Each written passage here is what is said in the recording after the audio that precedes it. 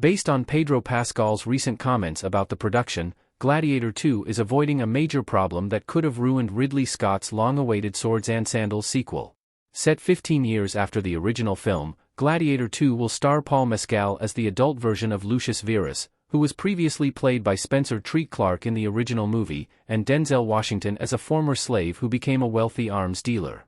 Pascal is also in the cast of the Gladiator sequel, playing an as-yet undisclosed role, and his latest update from the set is a promising sign. Scott's recent directorial work has been very hit and miss.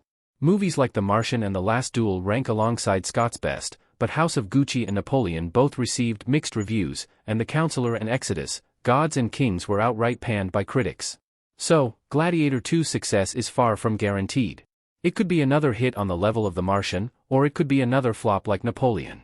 Fortunately, Pascal's recent update on the making of Gladiator 2 is a sign that the sequel is heading in the right direction creatively. Pedro Pascal's Gladiator 2 comments prove the sequel will avoid a CGI problem. Pedro Pascal looking sideways in Game of Thrones. It would have been easy for the production of Gladiator 2 to shoot everything on a green screen and take advantage of modern technology to fill in the scenery with CGI in post-production. But that would have been awful, because CG landscape shots and action scenes never look anywhere near as good as practical effects. Thankfully, Pascal has confirmed that Scott is using minimal CGI in Gladiator 2. Pascal said that Gladiator 2 has the most impressive set he's ever been on. According to Pascal, Scott leaves very little to the imagination in the most old-fashioned sense. CGI effects have been used to terrific effect to enhance movies like Jurassic Park and Terminator 2, Judgment Day, but this technique is massively overused in today's film industry. Those pioneering films used CGI to depict things that couldn't be achieved practically, like a stampeding T-Rex or a cyborg made of liquid metal. These days, CGI is often used to create car chases and natural landscapes and superhero costumes, all of which could easily be achieved practically. The fact that Gladiator 2 is utilizing as many practical effects as possible is a step in the right direction. Practical effects were a major part of Gladiator's 2000 success. A big part of the epic feel of the original Gladiator film, and, by extension, its success as an epic movie, is down to the use of practical effects. The crew went all over Europe to find stunning filming locations to stand in for the backdrops of ancient Rome. They built a giant 52-foot replica of a third of the Colosseum for the scenes that take place in the Colosseum. All of this could have been achieved with CGI, but it wouldn't have had the same impact. There was plenty of CGI in the first Gladiator movie, but it only used CGI when it was absolutely necessary, and to tidy up scenes that were mostly achieved with practical methods.